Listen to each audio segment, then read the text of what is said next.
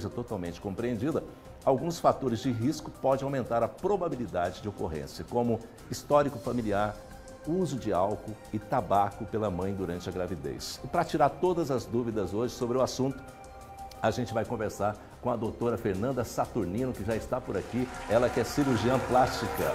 Tudo bem, doutora? Tudo bem, Lucas? Seja bem-vindo ao nosso programa. E a gente, com certeza, tem uma série de dúvidas hoje, né? A fenda palatina e lábio leporino são a mesma coisa? Mais ou menos. Eles fazem parte da mesma alteração, tá? Sim. Até aproveitando, o ideal é que a gente fale em fissura lábio-palatina ou Sim. fenda lábio-palatina. Sim. A gente prefere não utilizar o termo lábio leporino, Sim. tá? Por quê? É interessante que a gente fale sobre isso. Isso. Porque quando a gente fala em lábio leporino, a gente está associando essa alteração a um lábio de lebre. Então, a gente está comparando o portador de fissura lábio-palatina a um animal. Sim. Então, quanto mais a gente evitar esse uso, melhor. A gente... Com certeza, com certeza. Só corrigindo aqui a gente, né? A fenda palatina, ela sempre pode ser detectada durante o pré-natal, por exemplo? Na maioria das vezes, sim. Uhum. Então, a criança ela pode ter uma fenda, uma abertura só no lábio, ou no lábio e no palato, sim, ou apenas no palato. Palato é o céu da boca, tá? Sim.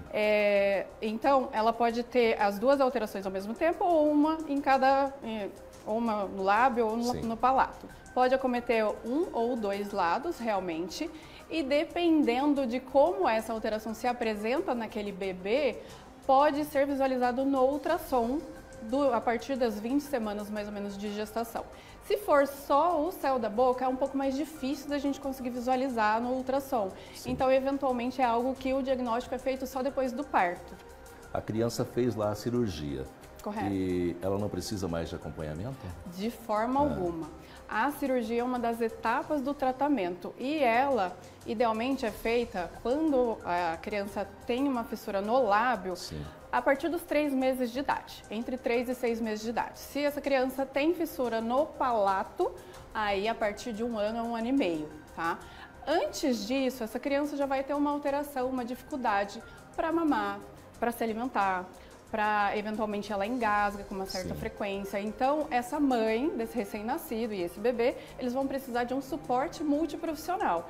Nesse caso, logo depois que nasce, da fono, de uma enfermeira, um pediatra, de uma equipe especializada que esteja ali para dar suporte para essa criança conseguir ganhar peso e evoluir da melhor forma possível para conseguir fazer a cirurgia no momento ideal. Hoje, conversando com a mãe, e a gente está aqui no Mitos e Verdades, é importante a gente saber se é verdade ou se é apenas um mito, que a criança que tem a fenda palatina, se ela vai ter problemas sérios de falar.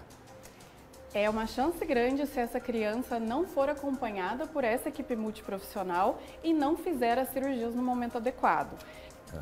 Se essa criança tiver essa oportunidade de realizar todo o tratamento conforme a necessidade dela, ela tem uma chance enorme de evoluir sem grandes sequelas, apenas com cicatrizes. Sim. E isso acontece por quê? Uma coisa genética ou é hereditário? A genética é um dos fatores, sim, tá? Então, por exemplo, na família que a gente viu na reportagem, a gente percebeu que a avó da criança não tinha fissura, mas a mãe e o neto, a filha e o neto tiveram fissura. Então, quando existe um caso na família, existe uma chance maior das gerações subsequentes terem fissura. O uso de álcool, de tabaco, isso também faz com que... Com certeza. Uma das grandes questões, sim, é que o rosto ele se desenvolve no embrião entre a 4ª e a 12ª semana de gestação. Ou seja, entre 1 e 3 meses de gestação. E tem muita mulher que às vezes desconhece a gestação nesse momento. Ela vai, sim, descobrir mais pra frente. Então, às vezes, ela está se expondo a fatores que podem levar a uma alteração no desenvolvimento desse embrião sem saber. Sim. Doutora, o tratamento é apenas cirurgia ou existem outros tratamentos? A gente precisa da cirurgia para que a anatomia desse bebê seja recuperada, tá? Então, a gente não é simplesmente uma abertura na boca ou no céu da boca. A gente tem um mau posicionamento de estruturas fundamentais para fala, para deglutição, e interfere inclusive na audição. Então, a gente precisa da cirurgia para a gente reposicionar essa anatomia que está fora do lugar. Porém, a gente precisa do fono para ensinar essa criança a falar adequadamente. Sim. A gente precisa de toda a equipe. O ortodontista, por exemplo, porque pode acometer a arcada dentária, a gente tem um desalinhamento importante dos dentes, então é uma criança que vai precisar usar aparelho dentário na idade adequada. Então a gente realmente precisa de toda uma equipe trabalhando em conjunto. Então realmente é uma equipe multiprofissional e que trabalha um sabendo o passo do outro para entrar na hora adequada, ali na hora certa, para ser o melhor tratamento daquela criança. Então não é só a cirurgia, a gente precisa de toda a equipe trabalhando complexo em conjunto. De procedimentos, né? E a equipe Exatamente. trabalhando em conjunto.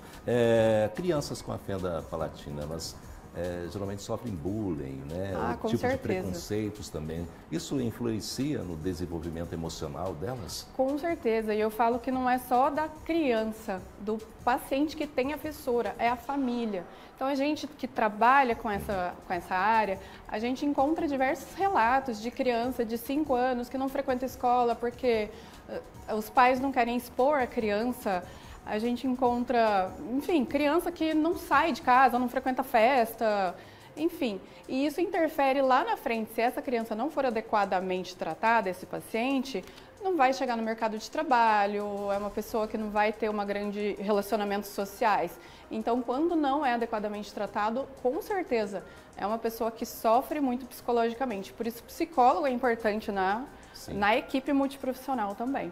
A gente está falando aqui hoje no Mitos é Verdades com a doutora Fernanda, né? E uma última perguntinha, doutora, é possível prevenir a fenda palatina com cuidado na gravidez? Com certeza. Se a gente conseguir que essa gestação seja bem planejada, se essa mãe puder fazer um acompanhamento adequado com um ginecologista e programar, ela vai conseguir tomar os devidos cuidados, evitar exposição a fatores de risco, fazer suplementação nutricional, se alimentar bem, e tudo isso melhora as chances dessa criança não nascer com fissura labiopalatina.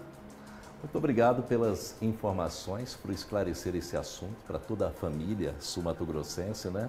Agradecer aqui a doutora Fernanda Saturnino, que é cirurgiã plástica. Isso mesmo. Obrigado, doutora, pelos esclarecimentos. Você. Até a próxima. Até. Tá? Esse foi o Mito e Verdades de hoje.